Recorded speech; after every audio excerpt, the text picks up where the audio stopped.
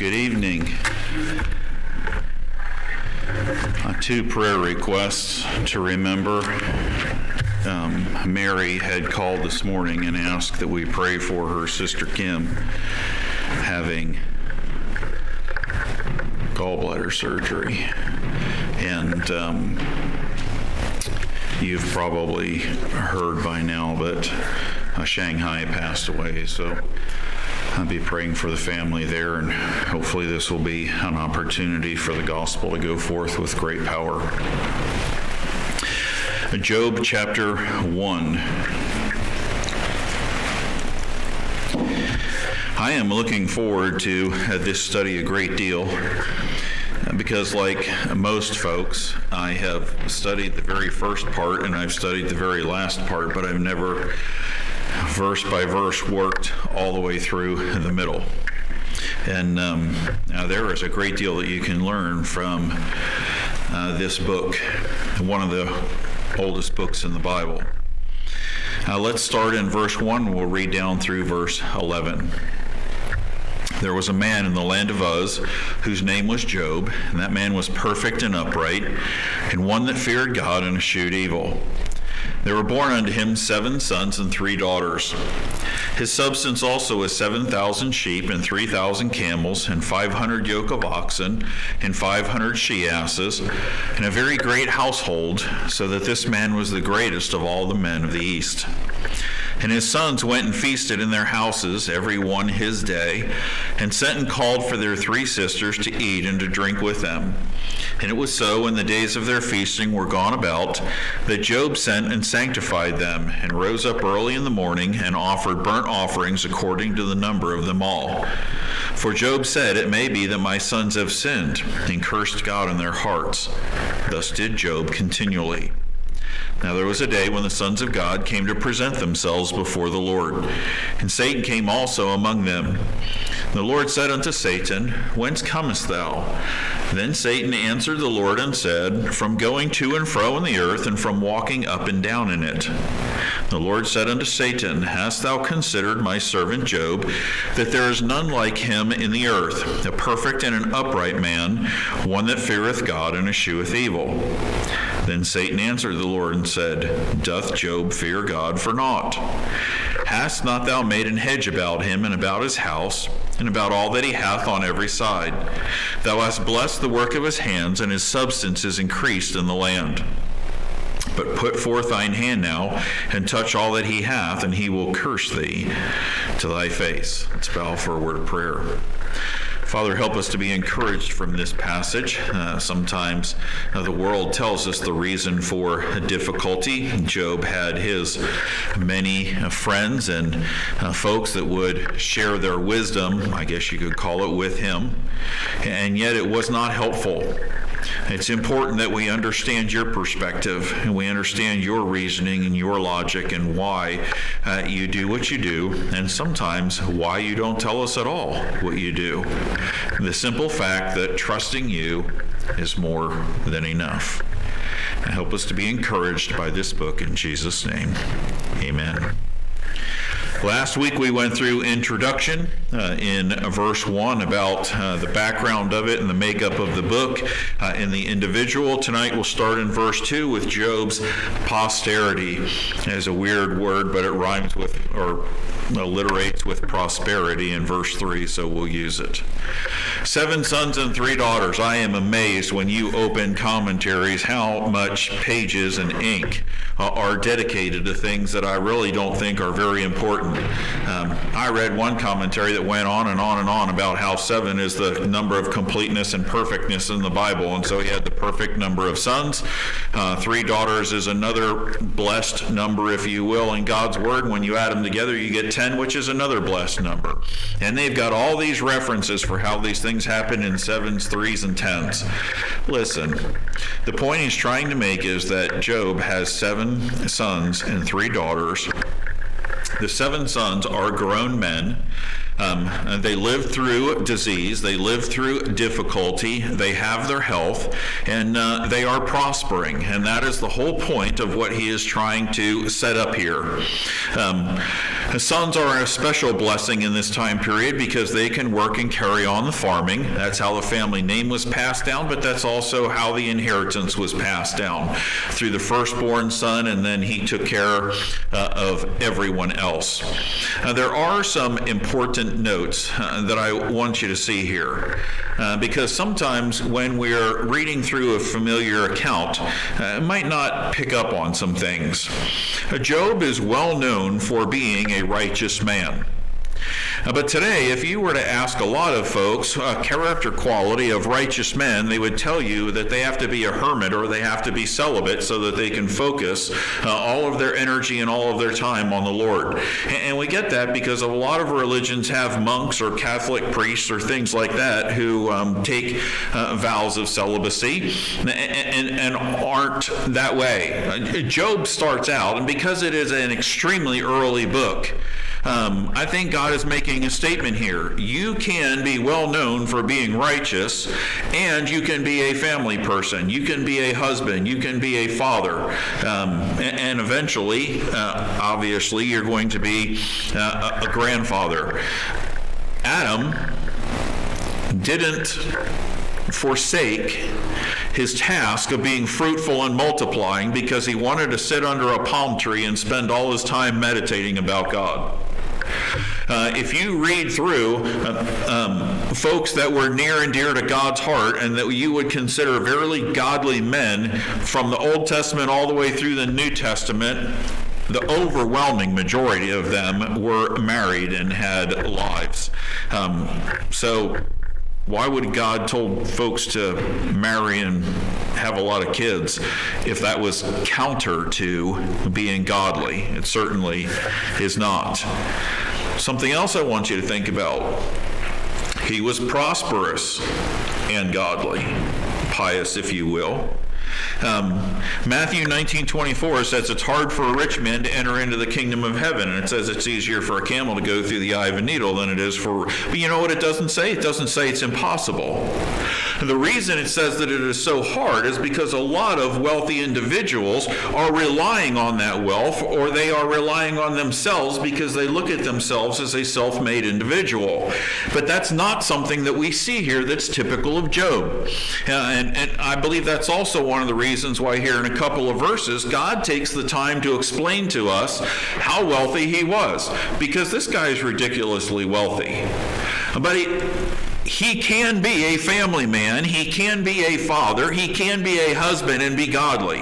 He can be a good businessman, and he in fact is a great businessman, and you can still be godly. You do not have to sacrifice being godly to be effective in the business community. Chick-fil-A. Kathy, love the guy. Because he just adamantly refused to give up on some of his core principles. And no, we're not going to be open on Sunday. And I know that this is going to make a lot of people upset. And I know in Pennsylvania, when they put in Chick-fil-A's on the turnpike, man, all the liberals went crazy. Why would you do that when they're not even open on Sunday? And Sunday's a big traveling day. But you know what? So many people wanted to eat Chick-fil-A. They didn't care whether it was open on Sunday or not. You stand for a principle. Covenant truck drivers, you see them driving up and down the roads all over the place 6 days a week because covenant truck drivers don't drive on Sunday. It is a company that has been built on principle. And while folks say, listen, you're going to fail if you park your trucks on Sunday, you're going to fail if you stop making sandwiches on Sunday, God blesses godly individuals who live according to his word, despite what the world says. They stand out. And that's one of the things that God is presenting to us here in Job. Godliness usually tends to making godly decisions, and God blesses godly decisions. Look at his prosperity here in verse 3. First of all, it starts off with substance. We talked last week about how we know this is an older book. If this was a more modern book in the time of Israel, he would have been ranked according to his gold or his silver or his jewels, like they talk about with Solomon. But back in those days, a person was valued for their substance. I'm not going to quite do them in order, but I'll explain that here in a minute. 7,000 sheep. Nabal owned 1,000 goats and 3,000 sheep. And 1 Samuel 25:2 tells us he was filthy, stinking rich. And yet, the filthy, stinking rich guy was not going to give David supplies for his men. And if it wasn't for his godly wife stepping in, there would have been some serious repercussions. What is the big deal with sheep? 7,000 sheep is a lot. Just because I'm one of those weird, curious people, I stopped for a second and Googled largest sheep farm. It's in Australia. It's capable of holding 52,887 sheep. I can't even hardly imagine. One was for sale not that long ago that had 30,000 sheep, and it was owned by a corporation. This is an individual, okay? One man with 7,000 sheep. The wool from 7,000 sheep would have made a lot of clothes and a lot of money. So you're talking about family subsistence. The sheep themselves are food, and they also provide for sacrifices, and you can sell them to a lot of folks because they're going to have lambs over and over and over again. The family was dependent on the welfare of these sheep. In Proverbs 27, verses 23, 26, and 27, Solomon says, blessed is the man that has a lot of sheep because of the milk and the wool and the way in which he's able to provide for his family. This statement tells us that he was doing so well he could provide for his family way above and beyond what most folks would be able to. But then we get an even deeper look. 500 yoke of oxen. A yoke is at least 2 animals. Almost always in Old Testament times, a yoke was 2 animals. Now the Amish and the Mennonite, they get crazy with it. Sometimes it's 10, 11, 12, 14. But in biblical times it would have been 2. So that is 1,000 oxen. But the importance of what God is saying here is you have well-trained work animals. That's what a yoked pair means. You didn't put animals together that couldn't work together. In college, I was helping a guy that my brother worked for, and he had workhorses, and I got a little bit of an education that I had never really been around that type of thing much in my life, and was thankful for it.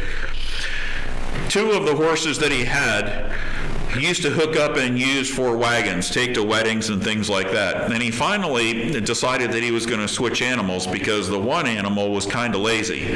And so he would let the left-hand horse do most of the pulling while they were just kind of plodding along, taking their time and not really doing anything. This horse would get aggravated and nip at him and, trying to encourage him, dude, you got to pull your half of the load here.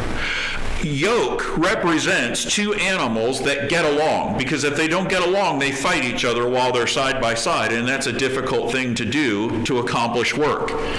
But when you are plowing particularly, the plow is set up in the middle of the animals, which means that one animal is standing in the furrows walking and the other animal is usually on higher ground. And so there's different footing and there's different movement. They have to work together. What God is telling us is he doesn't just have 1,000 cows running around out there that all you have to do is go out and count them and make sure that they're fed. No, these are animals that somebody has spent time with and that they're trained and that their purpose is to till the ground. In other words, he's telling you without saying it, Job has a large farming operation going on. You can plow an awful lot of ground with 500 yoke of oxen. I mean, just think about it in your mind if you wanted to. I don't know if you've ever seen out west when they gather grain and they line up combine after combine and they go trucking through there. We were headed down there on a mission trip one time and we were delayed like an hour and a half because the roads were just clogged with those combines. And they'd unload them from the tractor trailers, and they'd start into the field, and the next one would go, and the next one would go, and the next one would go. And I asked the guy, I said, you've got all of these combines headed north. How do they turn around and come back down? He said, no, they don't ever. They go, and when they get to the end of the field, they go out on the road, go around, they start in the next guy's field, and they keep on going. And they don't stop. They don't ever turn around. They just keep on trucking until they hit the border. Well, if you took 500 pair of oxen and lined them up side by side, and you took off in a straight line, think of how big a field you could plow in one swath. I mean, if you're not farming a great amount of ground, you don't need 500 trained yoke of oxen. Just 500 donkeys takes the time to say that they're jennies. It's a smaller beast of burden, but it's perfect if you are carrying in all the fruit and the grain, because they're not as heavy. It's easy for them to walk, and they are a very sure-footed animal. And if you have 500 females, you have males, and so you have quite the capability of offspring. And then he has 3,000 camels. Now, why in the world would anybody have 3,000 camels? Job here lives on the edge of the desert in a dry area. And most folks can't cross a dry area. You wouldn't want to do it with a donkey. They'd never stand up to it. You don't want to do it with an ox. They're too big. They require too much food and too much water. But camels are perfect for it. Think about it this way. I picture that Job probably had the trucking business of the desert region. If you wanted to move goods from one area to another, you can put an awful lot on a camel, and you don't have to stop for a drink break, because they just suck in so much water when they do stop that they can go for a long time and not have to stop. I don't know if he rented them out. I don't know if he sold them, but I do know that they were incredibly profitable. They're unclean animals to the Jews, so you don't hear a whole lot about it in God's Word. It's not something that the Jewish people were familiar with, because when the law comes along, a camel was unclean. But for the folks in the desert, the milk was invaluable. And so is the meat, so is the work, and so is the transportation. And while they can be stubborn beasts at times, they're capable of enduring quite a lot that other animals can't. Then he makes the statement, he has a very great household. He doesn't just say a big household. He doesn't say a great household. He says a very great household. In other words, he employed a whole lot of servants. Think of how many people it would take to take care of all the animals that are listed here. I mean, just taking care of the animals.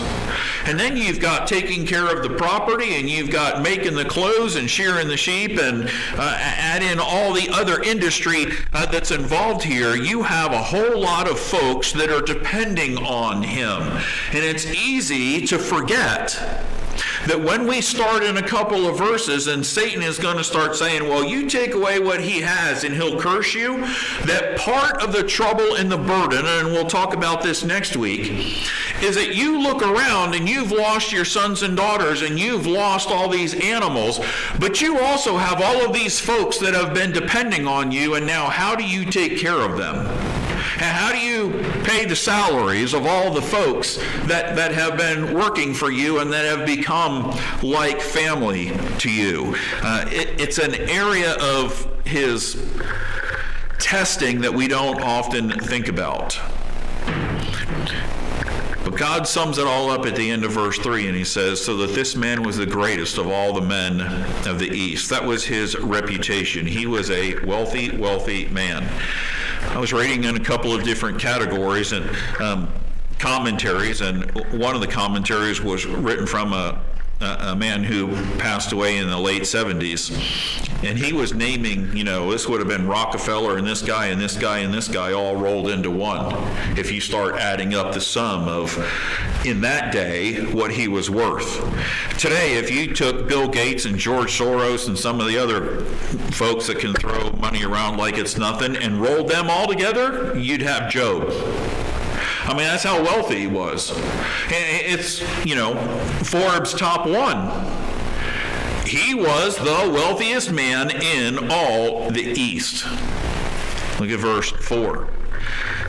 Reputation. And his sons went and feasted in their houses, every one his day, and sent and called for their 3 sisters to eat and drink with them. They are grown. In other words, he's making a statement here that Job has successfully reared his children.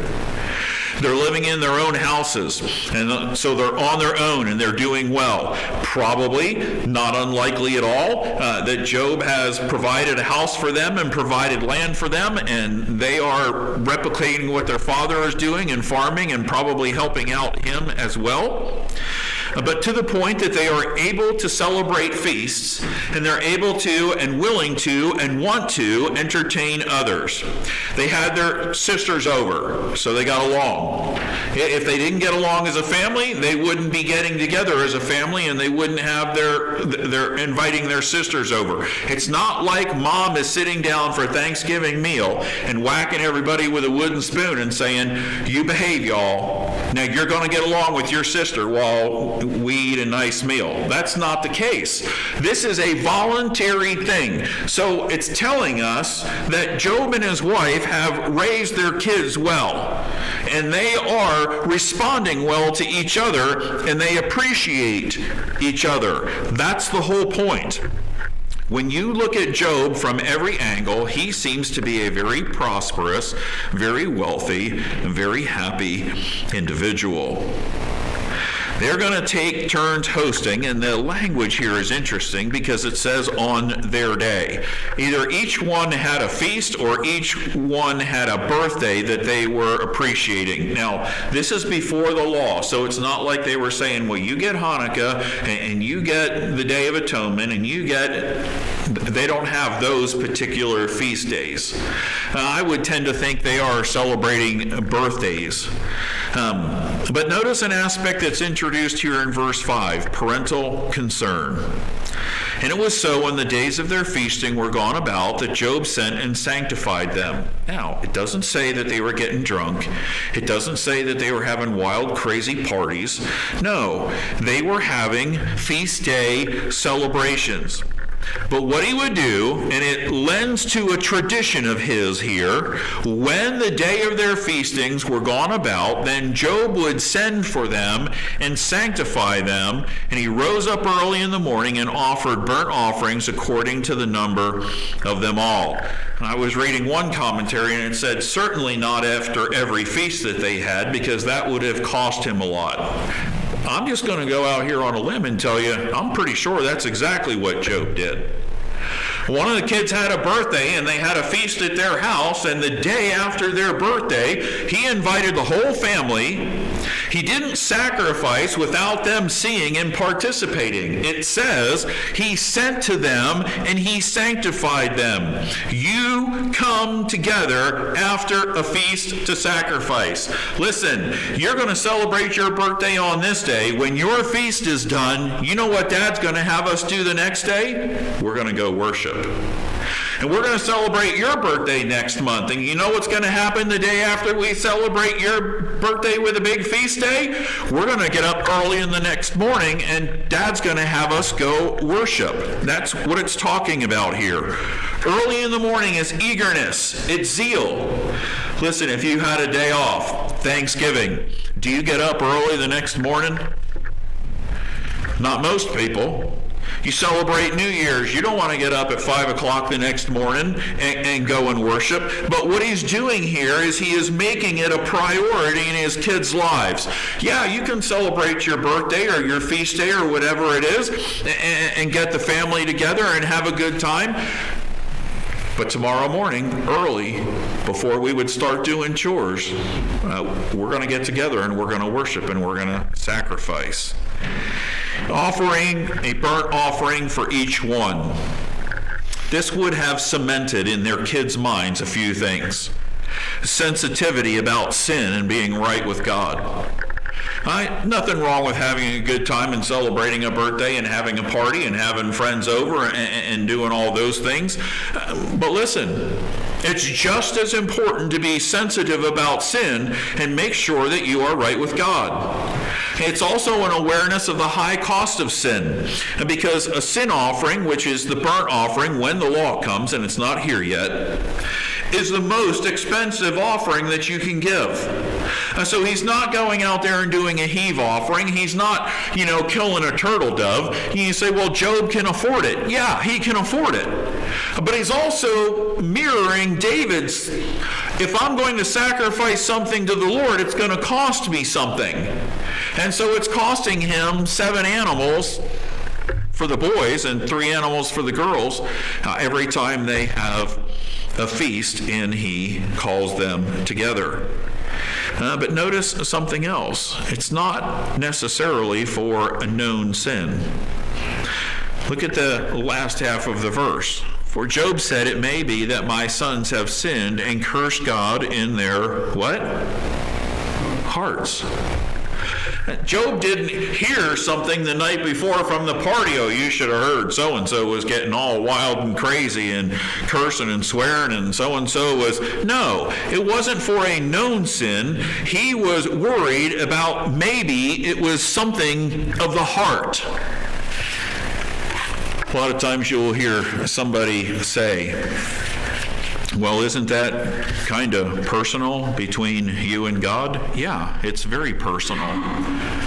But you'll notice that Job was very personal with his kids, because I can imagine that the whole scene going down like this. The kids show up the next day for the sacrifice, and he gets the first one together, and he has the altar built, and he lays the wood on it, and he kills the animal and says, this one's for you, Mary. This one's for you, Larry. This one's for you, Harry. Notice I'm not using Bubba's. A very, very personal thing. Dad is standing there urging atonement between me and my God, and he's kind of calling you out by name. This sacrifice is for you. Because that's the penalty for sin.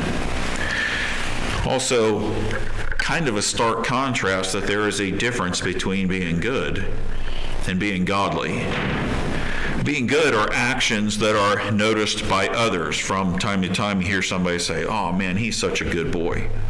Well, that means the way that he conducts himself in public, people think that, he behaves well, he has good character and such things, but godliness is a standing before God. That is what God knows your character to be. That is an issue of the heart. And so there is a difference between being good and being godly. And the only one who really knows the heart is God. And because Job doesn't really know the heart, he's worried that his kids are going to stray. Look at the testing that starts in verse 6.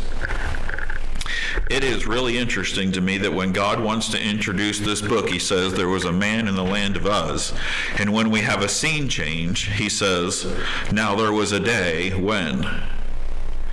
And think about it.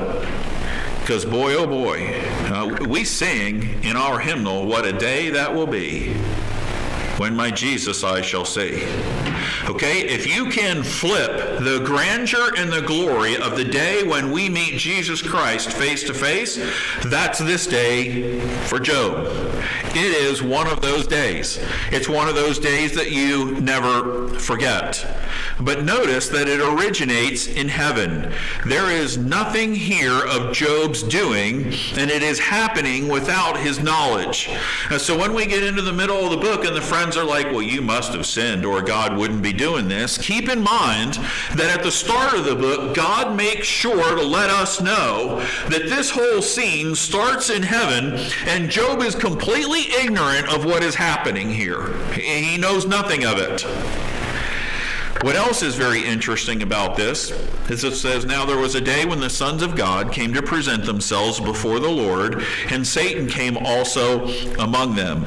In the first couple of chapters here, when God refers to Satan in his word, he calls him the Satan. We don't see it in the English, but that's the way it's written in the Hebrew. The Satan. A noun form, a title, tells us a great deal about him because it means that he is an adversary, he is opponent, he is an enemy. So you have this setting. There is a day, not to be delineated from any other day. All God needs us to know about it is on a certain day, the sons of God came to present themselves before the Lord. Sounds like it happened very often. But on this particular day, Satan came with them. And again, commentaries are like, well, he just invaded, and nobody goes into God's presence that isn't allowed. Okay? He didn't sneak in and God just happened to notice him standing there like some silent invader. Not what happened. If you want to understand the sons of God, talk to Lance. He likes that topic. He'll talk to you for hours about sons of God. We don't have time to get into it tonight. I just broke his heart. There are several theories about that. Council of angels, like cabinet members, or all the angels are gathered together and they are giving account. But it's obvious that they are presenting themselves in accountability. And there's a lot left for us to wonder here, because God is going to ask Satan a question. Makes you wonder, did he ask all of the sons of God that? And are they all, coming to give account of what is happening here? But let's look at the conversation that goes on, because this tells us a great deal also. Satan is among them as an adversary, not as a friend. God knows this. And the Lord said unto the Satan, whence comest thou? Now I have a question for you. Does God know where he was? Does God know why he came? Then why ask? All right, let me ask you another question. Please don't answer. I'm giving you an escape here. Why did your parents ask you when they already knew? Right? I don't know if our house was like your house, but sometimes I get home and mom or dad be standing there going, where have you been? Well, don't lie to me, because I already know. So-and-so was on the phone and called me and said, all you boys were down and I used to think the same thing. Why are you asking me if you already know? The whole point is the same thing right here. What are your parents trying to impress upon you? Accountability. Hey, buddy, don't forget who your authority figure is. Where did you come from? Notice Satan doesn't look at him and say, none your business. Right? There is no disrespect. There is full understanding of his accountability before God. He is a created being of God, not as powerful by a long shot. And he is accountable to him. I have been roaming the earth. Now, listen. This is a nice way of describing it. Satan answered the Lord and said, from going to and fro in the earth and from walking up and down in it. This sounds like Kimrick and Jane and Harless and Missy over in the breaks. Where have you all been? You look pretty tired. Well, we've been over there in the breaks. We've been walking to and fro and up and down in it. It took us till midnight to get out. I mean, it sounds innocent enough, right? But let me link another passage here. I'm not trying to be extra biblical. I'm trying to paint a picture in your mind. Because the world wants to tell us that Satan is this chubby little red guy with a pointed tail and horns, and you'd know him if you saw him. And they kind of make fun of him, make light of him, but that's not the picture that God ever paints of Lucifer. He is a gorgeous creature. He is a powerful creature. He was in charge of the praise and the glory and the worship of God in heaven. He is one of the special angels. And he says, oh, I've been roaming the earth. And this is the part that he left out. Like a roaring lion seeking whom I may devour. Does that sound familiar? Because it sounds all innocent enough to say I've been walking up and down in the earth, but really what's he doing? Because his intentions are never good. Never. I've been roaming the earth. Next question. Have you considered my servant Job? And basically he says, what about Job? God speaks so highly of Job in this verse that you can tell there's a special relationship there. Lord answered and said unto Satan, hast thou considered? Have you been probing Job? Have you been trying to find a crack in the armor? In just a minute, I'm going to share a little bit more that sheds some light on this. Have you been trying to get my dear friend Job to stumble? This is an endearing title, but it's also a title that tells us that God is worthy of service. Did you see my friend Job while you were walking up and down the earth? Can you testify to his character, my friend Job? Look at how he describes him. There is none like him in the earth. Now that's a huge statement, is there not? I mean, that's like Solomon. There has never been a wiser man, and probably never will be a wiser man than Solomon. We have some brainiacs that are pretty smart in recent history, but they aren't Solomons. Remember that. They're not Solomons. And there are folks who have been incredibly humble, like Moses. Never was there a man as humble as Moses. Well, that tells you something when God just says, listen, if you can take all of humanity and pick one person that would describe humble, it'd have to be Moses. If you had to pick all of humanity and say, boy, if there was some godly individual that you could really hold up and say, this guy has it together in every area of his life. He really wants to know God and he wants to please him. You know who that individual would be? Job. That's what he's saying here. Pretty incredible statement. And then he says, a perfect and upright man, one that feareth God and escheweth evil. He just repeats how he introduces him in verse 1. And guess what Satan says? Then Satan answered the Lord and said, doth Job fear God for naught? He doesn't say Job isn't all that in a bag of chips. He reiterates and testifies to the fact that Job's character is as God says it is. Now, God's not going to lie, so it doesn't really matter too much, but Satan recognizes that he is everything that God says he is. But here's the start of treacherous thinking, folks. He wants you to think that it's only godliness because of great gain.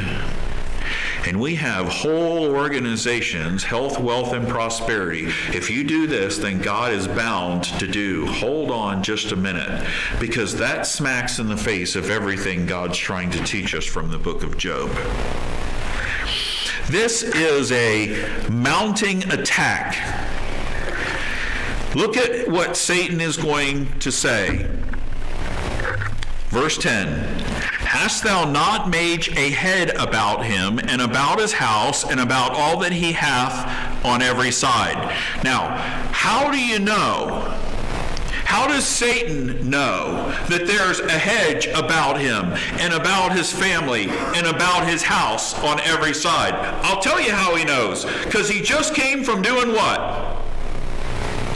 walking about like a roaring lion, seeking whom he may devour, and God intentionally brings Job up. Have you considered my servant Job? God knows he's considered his servant Job. God knows he's been down there prowling around trying to find a crack in the armor, trying to figure out how to take down this man. But his statement is, you have protected his body from harm, you have protected his family from harm, and you have protected his possessions from destruction. This is like accusing God the Father of divine favoritism. Oh yeah, he's the biggest, baddest man in the whole East, but if he weren't the biggest, baddest man in the whole East, I'll bet you he'd curse you to your face and then die. How will he act if he is not the greatest man in all the East? How will he act if the hedge of protection is not around him? And folks, that tells us an awful lot about the way that God sees us. Because the hedge of protection isn't an accident. But before we dig in to verse 12, notice the deviousness. Put forth thy hand now and touch. Doesn't say some, it says what? All that he hath. Because when Satan is turned loose on someone, he will take down everything that he can. Everything that he can. That's what he is. He is an adversary, an enemy, and a destroyer. I want to share 4 things with you as we close, and we'll save getting into the start of the trial for next week. But there's 4 important things that we learn from the start of Job here. We have an enemy that is real and powerful. I believe there is a important reason why God chooses to word the Hebrew language the way he does and call him the Satan, the Satan, the Satan, the Satan, over and over and over again as he starts this testing. Because he wants us to realize that's what he is, the adversary, the enemy, the opponent. And you don't take it lightly and you don't forget about it or you're in big trouble. Number 2, there are trials we endure, but we do not deserve. And we have to understand that they are permitted. That is a huge lesson here at the beginning of Job. Job is struggling to understand what's going on. These things have been permitted by God, and Job hasn't deserved them. This is not punishment for sin. Number 3, there is a plan that we explore that we may not understand, but it is always best. That is a huge theme all the way through the middle of this book. Because you're going to have friends who are going to come and weigh in and give human thinking and human thinking and human thinking. And even his wife is going to weigh in and give human thinking. But Job just keeps saying, I know my heart, and there is no iniquity there. I don't understand what's going on. And he explores, and he wants to ask God questions. But notice when he and God finally have a face-to-face conversation at the end of the book, God isn't answering questions and Job stops asking. Because he realizes that a loving God is doing what is best, whether I understand it or not. And the 4th thing, there are consequences we experience that we cannot anticipate, but they are also for our best. Nobody wants the loss of children. Nobody wants the loss of a job. Nobody wants health issues. And when they come, you can't always anticipate them, and you don't always expect them, and you can't plan for them. But they are what's best. Because in those times, we learn so much more about God than we do any other way. He shows up in a way that we have never seen before. Keep those 4 things in mind as we continue through this book. Let's bow for a word of prayer. Father, thank you for the reminder that godliness is not something that excludes having an ordinary life in any other way. Can be a husband and a father and a businessman and still honor and glorify you. can be a wealthy individual and still honor and glorify you, and own a company and be responsible for a lot of folks and still honor and glorify you and have a wonderful testimony. But Father, sometimes life is difficult, and it's important that we remember that the God of the good times is also the God of the bad times, and things are about to get horrible for your wonderful servant Job. Tested beyond what many of us will ever be asked to. But the wonderful, wonderful verse, in all this, he sinned not. That is an anchored life in the rock. That is a soul settled in the goodness of his God. That is a person who is confident of his faith. And we need to do the same to be successful the way he was successful. Thank you for your mercy, love, and grace in Jesus' name.